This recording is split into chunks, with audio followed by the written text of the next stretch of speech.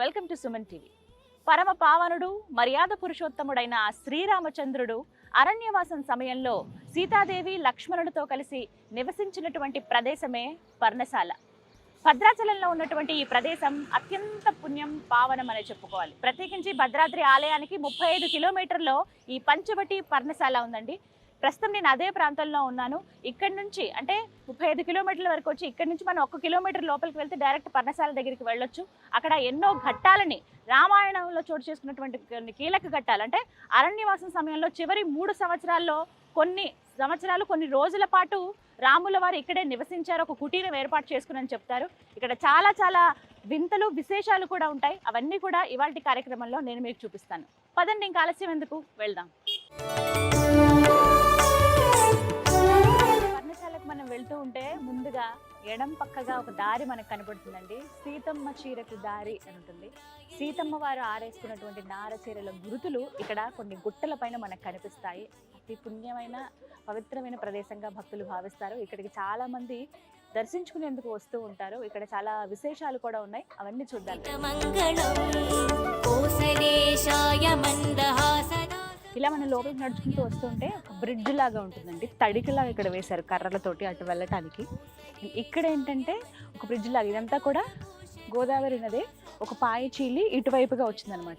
ఈ ప్రవాహం లక్ష్మణ గుట్టలు ఉంటాయి దగ్గరలో, అక్కడి నుంచి ఇలా ఇటువైపుగా వస్తాయి అన్నమాట. ఈ ప్రాంతానికి సంబంధించినటువంటి పురాణ గాథ ఏమిటి అని అంటే, ప్రత్యేకంగా అంటే ఇక్కడికి దగ్గరేనండి పర్ణశాల, 1 కిలోమీటర్ ఉంటుంది. అక్కడ ఒక కుటీరం ఏర్పాటు చేసుకుని రాముల వారు, సీతమ్మ వారు, అలాగే లక్ష్మణుల వారు వారికి ఒక కుటీరం ఇలా ఏర్పాటు చేసుకుని ఇక్కడే ఉండేవారు అనమాట. అయితే ఇందులో భాగంగా అక్కడే అంటే ఒక పవిత్ర గోదావరి నది అటువైపుగానే ఉంటుంది. అక్కడికే వెళ్ళి నిత్యం స్నానాదులు ఆచరించడం ఇవన్నీ జరిగేవి. అయితే ప్రత్యేకంగా ఆడవారికి తెలుసు కదా, మహిళలు అంటూ ఉన్నటువంటి ఆ 5 రోజులు ఏవైతే ఉన్నాయో అప్పుడు సీతమ్మ వారు అనుకుంటుందట, అది పవిత్రమైన గోదావరి నది, అందులో నేను దిగి అపవిత్రం చేయకూడదు, కాబట్టి నాకు ప్రత్యేకంగా వేరే స్థలం దగ్గర ఇలా స్నానం ఆచరిస్తే బాగుంటుంది కదా అని చెప్పి రాముల వారికి చెప్పి ఒక ప్రదేశం దగ్గరికి నడుచుకుంటూ వస్తారట. అలా వచ్చిన ప్రదేశం ఇదంతా. పర్ణశాలకి దగ్గర ఒక 1/2 కిలోమీటర్ ఉంటుందండి. ఇదంతా కూడా ఇప్పుడంటే ఇలా ఉంది, కానీ ఒకప్పుడు ఇదంతా కూడా దారుణమైన దట్టమైన అటవీ ప్రాంతం. అలాగే నడుచుకుంటూ వచ్చినప్పుడు ఇక్కడికి వస్తే ఎక్కడ నీటి జాడ లేదు స్నానం ఆచరించడానికి. అప్పుడు ఆమె ఒక మాట చెప్తారంట, మరేదంటే కొడుకులా చూసుకునే లక్ష్మణుడితో, అయ్యా స్నానం ఆచరించడానికి నీళ్లు లేవు, ఎక్కడో గోదావరి, ఇప్పుడు ఆ నీళ్ళు అంటే ఇక్కడి నుంచి తీసుకురాలేం, కాబట్టి ఏదన్నా ఒక ఉపాయం చేయనంటే తన దగ్గర ఉన్నటువంటి బాణంతో దూరంగా బాణం వేస్తాడు.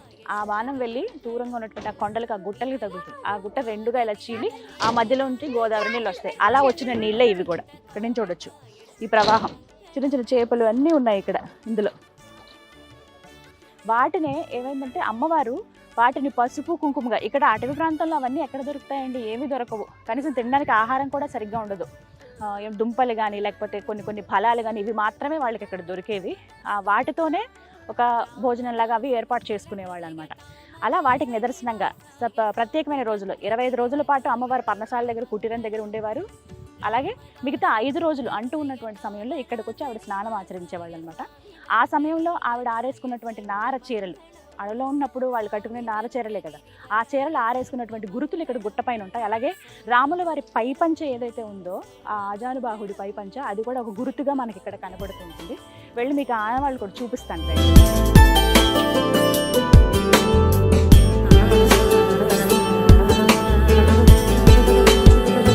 ఇదిగో ఇక్కడ చూస్తున్నారు కదా, ఇదే అమ్మవారు ఆరేసుకున్నటువంటి నార చీర. మొత్తంగా ఈ చీర అక్కడి నుంచి ఆ కొండ, ఆ గుట్ట చివరి వరకు చూస్తే అక్షరాల 20 గజాల చీర అండి. మామూలుగా ఇప్పుడు మహిళలు కట్టుకునే చీర ఏంటంటే 6 గజాలు మాత్రమే ఉంటుంది సాధారణంగా చీరలు అనేవి, కానీ అమ్మవారివి 20 గజాలంట. ఆవిడ కట్టు తీరే చాలా ప్రత్యేకంగా ఉంటుంది కదా, ఇలా కుర్చీలు వచ్చి ఇలా మధ్యలోంచి ఇలా వేసి, కొంగు కూడా చాలా పెద్దగా, అంటే అప్పటి కట్టు తీరు అలాగే ఉండేది, అలాగే కట్టుకునేవాళ్ళు కూడా. అందుకు 20 గజాల చీర ఉండేది అమ్మవారికి. దానికి గుర్తుగా ఇదనమాట. ఇక్కడి నుంచి ఆ చివరి వరకు చూడొచ్చు. ఇంకొకటి ఏంటంటే రంగురంగులు, ఆ అచ్చు ఎలా పడిందో చూడండి. మొత్తం ఇదంతా కూడా కలర్స్. ఒకవేళ కొండ అయితే కనుక అన్ని కొండలు అలాగే ఉండాలి, ఒకే రంగులో ఉండాలి. కానీ ఎక్కడైతే ఆవిడ ఆరేసుకున్నారో అక్కడ మాత్రమే కలర్స్ మారింది. చూసారా, 5 రంగులతో ఉంటుంది, పంచవర్ణం 5 రంగులుగా ఉన్నటువంటి చీర అనమాట ఆవిడది. అది ఆ అచ్చు అంటే దగ్గర అరణ్యవాసం సమయంలో, ప్రత్యేకించి అంటే వనవాసం సమయంలో ప్రత్యేకంగా ఒక 3 సంవత్సరాల పాటు ఇక్కడే ఉన్నారు వాళ్ళు. ఆ 3 సంవత్సరాలు ఆరేసుకున్న చీర గుర్తు అలా పడింది. ఏదన్నా ఒక వస్తువుది అదే మాదిరిగా ప్రతినిత్యం మనం ఉంచుతూ ఉంటే కొన్నేళ్ల పాటు అచ్చు అలా పడుతుంది కదా, అదే విధంగా అది ఇన్ని సంవత్సరాల తర్వాత కూడా మనం చూడగలుగుతున్నాం అంటే నిజంగా అది మన అదృష్టం. ఇదంతా కూడా అమ్మవారి చీర గుర్తు అనమాట. అక్కడి దాకా ఇది. ఇక్కడ ఇంకొక విశేషం కూడా చూపిస్తాను రండి. ఇదేంటో తెలుసా? వాముగుంట. సీతమ్మ వారు రాముల వారు ఇక్కడ కూర్చున్నప్పుడు కాలక్షేపానికి ఇక్కడ ఈ వాముగుంటలో ఆడుకునేవాళ్ళంట. ఇక్కడ మొత్తం 10 గుంటల్లాగా ఉండేవి. కాలక్రమేణా అవన్నీ అలా మూసుకుపోయి ఒక 3 గుంటలు మాత్రమే మనకు దర్శనమిస్తున్నాయి.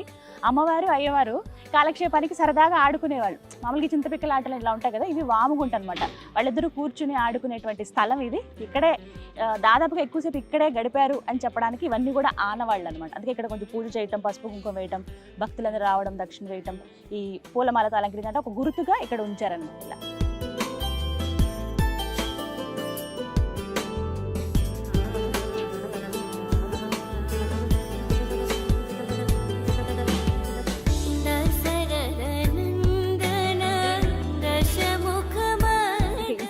మరొక విశేషం ఏంటో తెలుసా? అయ్యవారిది అంటే రాముల వారిది పై పంచ. దాని గురుతు ఎలా ఉందో చూడండి. నల్లగా ఒక చారలాగా మనకు కనిపిస్తుంది. గుండిదే ఇక్కడి నుంచి ఆ కొండ చివరి వరకు ఉంటుంది అది.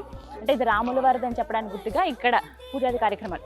పర్ణశాలలో ఉండే అయ్యగారులు ఎవరైతే ఉంటారో ప్రతినిత్యం వాళ్ళు ఉదయం పూట ఇక్కడికి వచ్చి పూజాది కార్యక్రమాలు చేసి వెళ్తారు. ప్రతినిత్యం ఇక్కడ పూజలు జరుగుతాయి. వారు ఆరేసుకున్నటువంటి పై పంచ అనమాట ఇది. స్వామి ఆయన ఎంత 7 అడుగులు ఉండేవాడు రామయ్య, ఆజానుబాహుడు అని చెప్పారు కదా, ఆయన పై పంచే 40 గజాలు ఉండేదట. ఇక్కడ నుంచి చూడండి ఆ చివరి వరకు ఒకటే వరుసలో నల్లటి చారలాగా మనకు కనిపిస్తుంది. అంటే ఆరేసినటువంటి ఆ అచ్చు ఈ కొండల పైన, ఈ గుట్ట పైన పడింది అనమాట. చూడొచ్చు ఇక్కడి నుంచి అక్కడ.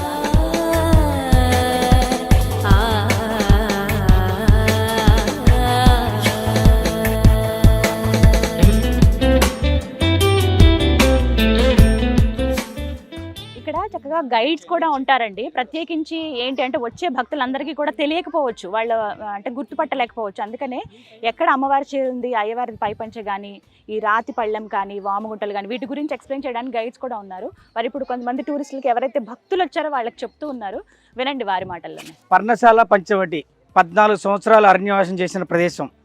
లాస్ట్ 3 ఇయర్స్ ఇక్కడ స్వామివారు నివసించారనమాట. మీరు ఇప్పుడు పర్ణశాల దర్శనం చేసుకున్నారమ్మా. ఈ ప్రదేశంలో అమ్మవారు ఇక్కడికి ఎందుకు వచ్చారనేది వివరించి చెప్తాను, వినండి. నెలలో 25 రోజులు సీతమ్మ వారు పర్ణశాల కుటీరంలో ఉన్నప్పుడు 5 రోజులు ఈ ప్రదేశానికి వచ్చారనమాట.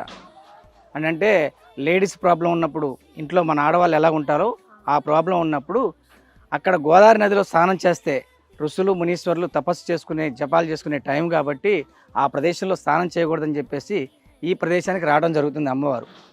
కానీ ఈ ప్రదేశానికి వచ్చినప్పుడు ఈ బండ తప్పించి నీళ్లు కూడా లేవు, ఇక్కడ స్నానం చేయడానికి అనువుగా ఉందని చెప్పేసి స్వామివారిని కోరగా లక్ష్మణ స్వామివారు 9 కిలోమీటర్ దూరంలో ఉన్న గుట్టకి బాణం వేస్తే ఆ గుట్ట మీద ఉన్న రాయి 2గా చీలుకొని జల పుట్టుకొస్తుందన్నమాట. ఈ వాగే సీతమ్మవారి వాగు. అమ్మవారు స్నానం చేశారు కాబట్టి ఈ వాగుని సీతమ్మవారి వాగు అంటారు. ఈ వాగులో స్నానం చేసిన గుర్తులు ఉంటాయమ్మా, అమ్మవారి చీరలు ఆరేసుకున్న గుర్తులు.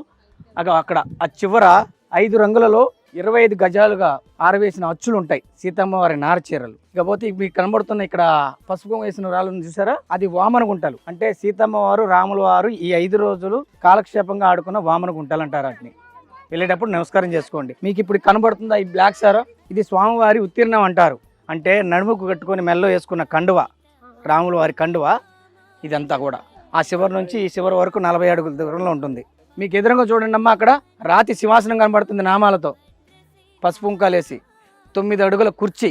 ఆ స్వామివారు అమ్మవారి కాపలాగా కూర్చున్న కుర్చీ అనమాట. కింద స్వామివారి పాదాలు ఉంటాయి. అక్కడ వెళ్ళేటప్పుడు దర్శనం చేసుకోండి. ఇకపోతే ఇక్కడికి వచ్చేసరికి ఈ ప్రదేశం అమ్మవారు స్వామివారి 5 రోజులు కూడా ఈ ప్రదేశంలో ఉన్నప్పుడు స్వామివారి పళ్ళు పలహారాలు, లక్ష్మణ స్వామివారు ఇప్ప పువ్వు, కంద పువ్వు, ఈ ప్రసాదాలన్నీ తీసుకొచ్చినప్పుడు ఆ ప్రసాదాలన్నీ తినడానికి ఈ పల్లెంలాగా చేసుకున్నారన్నమాట. దీన్ని రాతి పల్లెం అంటారు. దీన్నే ఈ పల్లెంలోనే ఆకు వేసుకొని స్వామివారి ఇప్ప పువ్వు, తునికి పండ్లు, ఈ పండ్లు తిన్నారనమాట. దీన్ని నమస్కారం చేసుకోండి. అక్కడ నమస్కారం చేసుకుంటూ ఈ గుర్తులను చూసుకుంటూ వెళ్ళండి. ఇక్కడ ఉన్నటువంటి మరో విశేషం ఏంటో తెలుసా? ఇది చూడండి, రాతి పళ్ళెం. ఇది రాముల వారు సీతమ్మ వారు భోజనం చేయడానికి ఏర్పాటు చేసినటువంటి ఒక రాతి పళ్ళెం అనమాట. ఇదే ఒక పళ్ళంగా భావించి వచ్చినటువంటి ఫలాలు ఏవైతే ఉంటాయో తీసుకొచ్చినటువంటి. ప్రత్యేకించి లక్ష్మణ స్వామి వారు అడవుల్లోకి వెళ్ళి ఇక్కడ దొరికేటువంటి ఆహారానికి ఏముంటాయి, అడవిలో మహా అయితే చిన్న చిన్న దుంపలు కావచ్చు, తినదగినవి ఫలాలు చాలా వరకు దొరుకుతాయి. వాటిని తీసుకొచ్చి ఇక్కడే ఇదొక పళ్ళెంలాగా చేసుకుని ఇక్కడే పెట్టుకుని భుజించేవాళ్ళు అంటే ఇద్దరు. మరి వారు తిన్నటువంటి పళ్ళెము అటువంటిది అని అంటే కనుక ఎంత పవిత్రమైందో కదా, అందుకే అందరూ నమస్కారం చేసుకుని వెళ్తున్నారు. అది గుర్తుగా ఇక్కడ ఏంటంటే ప్రతిరోజు పూజలు అనేవి చేస్తారనమాట. ఒక మాలలాగా వేశారు, పసుపు కుంకుమ జల్లారు. ఇక్కడ ఇంకొక విశేషం ఏంటంటే పసుపు కుంకుమ రాళ్ళని ఇక్కడ ఇస్తారండి, తెచ్చుకోండి, చాలా మంచిది. ఆ సీతమ్మ వారే తన 5వ తనం 10 కాలాల పాటు ఉండాలంటూ అనుకుని చక్కగా ఈ వీటితోనే రంగురించుకునేదంట ఆవిడ. అడవిలో పసుపు కానీ కుంకుమ కానీ ఎక్కడ దొరుకుతాయి, అవన్నీ ఇక్కడ దొరకవు కదా. ఏదైతే లక్ష్మణస్వామి ఆ గుట్టల వైపు బాణం వేస్తారో కొండ 2గా చీలుతుందని చెప్పాను కదా, ఒక కొండ పసుపుగాను ఇంకో కొండ కుంకుమగాను మారిపోయింది. అక్కడి నుంచి తీసుకొచ్చినటువంటి ఇక్కడ ఎవరైతే ఉన్నారో వాళ్ళకి తెలిసిన వాళ్ళు అక్కడ లక్ష్మణ గుట్టల దగ్గరికి వెళ్ళి ఇవి ఇలా తీసుకొస్తారనమాట, పసుపు కుంకుమ. ఒకసారి క్లోజ్లోకి రావచ్చు, మీకు చూపిస్తాను చూడండి. ఇది నిజంగా వింత ఆశ్చర్యమేనండి. ఇగో ఇది పసుపుగా ఉంటుంది ఈ రాయంతా, ఇది కుంకుమలాగా ఉంటుంది. వీటినే ఇట్లా అరగదీసి ఇది పసుపుగా ఇలా మొహానికి రాసుకునేవారంట సీతమ్మ వారు. ఇదేమో కుంకుమ, ఇది బొట్టులాగా పెట్టుకునేవాళ్ళు అంట. ఇది నిజంగా అసలు ఆశ్చర్యమే, ఎలా ఉంటుంది ఇట్లా అని. రెడ్ కలర్ పసుపు భలే ఉంది నిజంగా. అన్ని వింతలు విశేషాలే ఉన్నాయి.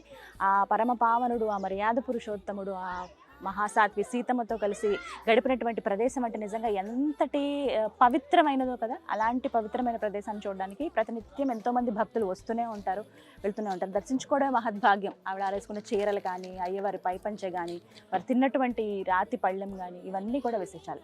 ఇంకా చాలా ఉన్నాయి, చూద్దాం రండి.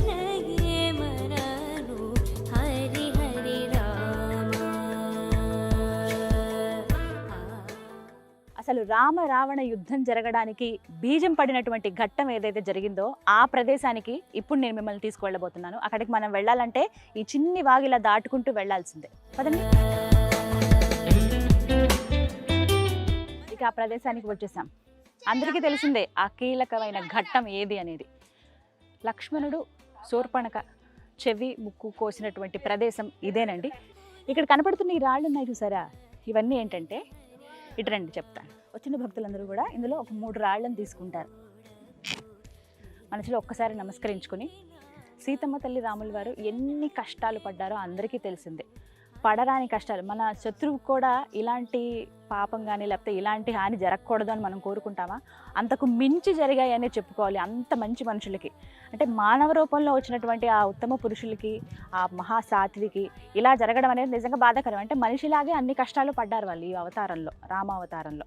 అలాంటి కష్టాలు సీతమ్మ తల్లికి రాముల వారికి వచ్చినటువంటి కష్టాలు మా జీవితంలో రావద్దు, అలాంటివి మా జీవితంలో ఎదుర్కోవద్దు అని చెప్పి ఇలా ఈ 3 రాళ్ళని ఒకసారి ఆ సీతారాములను స్మరించుకుని దండం పెట్టుకుని వెనక్కి తిరిగి ఆ గుట్ట పైన వేసేస్తారు. అలా భక్తులందరూ వేసిన రాళ్ళే ఇలా గుట్టలుగా ఏర్పడింది. అక్కడ చూడండి కనిపిస్తుంది. నేను కూడా ఒకసారి నమస్కరించుకొని అలాగే చేస్తాను. కానీ ఇక్కడికి వస్తే నిజంగానండి ఎంతటి పుణ్యం చేసుకున్నామో అనిపిస్తుంది. మనం అవన్నీ కేవలం రామాయణం గురించి, మహాభారతం గురించి ఇలా వినడమే తప్ప మనకు ఆ ఆనవాళ్ళు కానీ ఇవన్నీ వెళ్ళి మనం డైరెక్ట్గా స్పృశించి ఆ ప్రాంతంలో అడుగుపెట్టి చూడడం అనేది చాలా అరుదుగా అవకాశాలు వస్తూ ఉంటాయి. అలాంటిది మన తెలుగు రాష్ట్రాల్లో ఉన్నటువంటి భద్రాచలంలో ఈ విధంగా ఈ అవకాశం రావటం కానీ, తెలుగు నేలపైనే ఉంది మనమందరం వచ్చేటువంటి వీలు కల్పించడం కానీ నిజంగా గొప్ప విషయం. ఇది మనందరం అదృష్టంగా భావించాలన్నమాట. ఇవే కాదు, ఇంకా చాలా విశేషాలు ఉన్నాయి, చూపిస్తాను కదండి. ఈ సీతమ్మ చేరుకు దారి ప్రాంతంలో ఖచ్చితంగా అందరూ వీక్షించవలసినది, తరించేది ఒక ప్రాంతం ఉంది. అక్కడికి ఇప్పుడు మనం వెళ్తున్నాం. ఈ తడికల ద్వారానే అక్కడికి చేరుకోవాల్సి ఉంటుంది. రండి వెళ్దాం. రామచంద్ర శ్రీరామ శ్రీరామ శ్రీరామ శ్రీరామ జయ రామ జయ జయ రామ. చిన్న చిన్న చేపలు మొత్తం అన్ని భలే ఉన్నాయి ఇక్కడ. చిన్న చిన్న ఫిషెస్ హాయిగా తిరుగుతున్నాయి అవి. ఇదే ప్రాంతంలో అమ్మవారు ప్రత్యేకంగా పూజలు అవి చేసుకునేవాళ్ళు. కొంతసేపు ఆవిడ సమయం గడిపి ఇక్కడ కూర్చునేవాళ్ళు అనమాట. ఆవిడ అక్కడ కూర్చున్నప్పుడు, ఆమె ప్రత్యేకంగా ఉన్నప్పుడు, స్నానం ఆమె ఆచరించేటప్పుడు, అటవీ ప్రాంతం కదా, అయ్యవారు అంటే వారి భర్త కాబట్టి ఆయన కాపలాగా కూర్చునేవారట.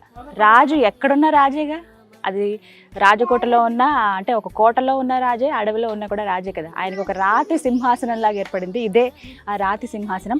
ఇక్కడే అయ్యవారు కూర్చునేవాళ్ళు. ఆయన పాదాల గుర్తులు ఇక్కడ మనం చూడొచ్చండి. ఇవే స్వామివారి పాదాలు. రామచంద్ర జయ శ్రీరామ్.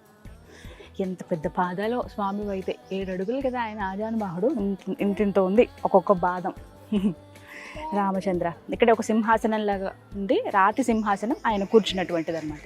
భక్తులందరూ కూడా వచ్చి ఇక్కడ ఉదయం సాయంత్రం కూడా పర్ణశాలకు సంబంధించిన వ్యక్తులు ఎవరైతే ఉంటారో పూజారులు వాళ్ళు వచ్చి పూజలు చేస్తారు. భక్తులు ఎవరు వచ్చినా కూడా ఇక్కడ ఇలా పసుపు కుంకుమ వేసి దండం పెట్టుకుని వెళ్తారనమాట. రామచంద్ర ఇలా ఈ మార్గం ద్వారా అటు బయటకు వెళ్ళిపోవచ్చు. గో సీతమ్మ తల్లి కూర్చున్నటువంటి ప్రదేశం అనమాట ఇది. ఈ చిన్ని గుట్ట పైన అమ్మవారు కూర్చునే వాళ్ళు, అక్కడ రాతి సింహాసనం మీద రాముల వారు కూర్చునేవాళ్ళు అనమాట. సీతమ్మ ఎంత చక్కగా అంత సుకుమారంగా ఉంటుందో తెలుసా. ఆవిడ భర్తతో పాటు నేను ఆయన వెంటే అంటూ వచ్చేసింది, అడవుల పాలైపోయింది. అయినా సంతోషంగా జీవించింది. కానీ ఆమె కష్టాలు ఎవరికి రావద్దనే కదా కోరుకుంటాం. ఆ మహాసాధువుని చూసి మనం ఎన్నో నేర్చుకోవాలి. చక్కగా ఉంది చూడు.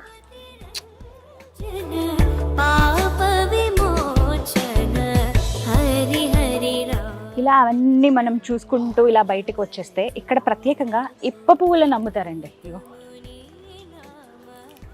కొంచెం కొండలు గుట్టలు ఉన్న ప్లేస్ కదా, మనం జాగ్రత్తగా చూసుకుంటూ నడుచుకుంటూ వెళ్ళాలి. ఇగో వీళ్ళందరూ ఉసిరికాయలు, శనగలు, రేగి వడియాలు, పసుపు కుంకుమ అని. ఇప్ప పువ్వులు ఇక్కడ చాలా చాలా ఫేమస్ అట.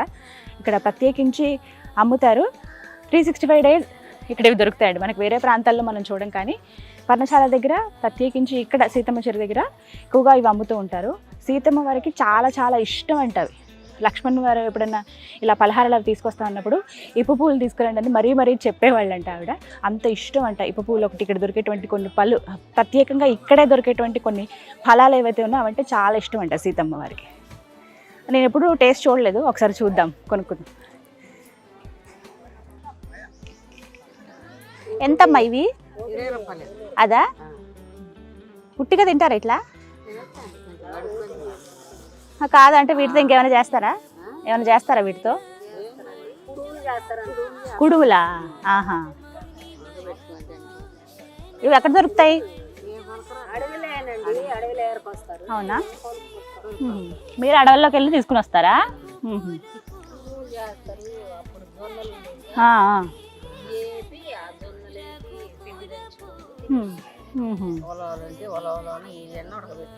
అంటే ఏంటిది, బలం వస్తుందా తింటే? తింటారా? ఇంకా అప్పట్లో ఇవే కదా ఆహారం. బాగున్నాయి చాలా. చూసారుగా మొత్తం మీద సీతమ్మ చీరకు దారి ప్రాంతంలో ఏవేవి మీరు చూడదగ్గ ప్రదేశాలు అవన్నీ ఈ వీడియోలో నేను మీకు చూపించాను. మీరు కనుక పర్ణశాలకు వస్తూ ఉంటే, అంటే భద్రాద్రి రాముడిని దర్శించుకోవడానికి వచ్చినప్పుడు ఖచ్చితంగా పర్ణశాలకు రండి. పర్ణశాలకు వెళ్లే మార్గంలోనే ముందుగా మనకు కనిపించేదే ఈ సీతమ్మ చీరకు దారి. ఇక్కడికి వచ్చి ఈ అద్భుతాలను, ఈ విశేషాలను కూడా మీరు అందరూ వీక్షించండి. ఇది వాళ్ళ వీడియో. నమస్కారం.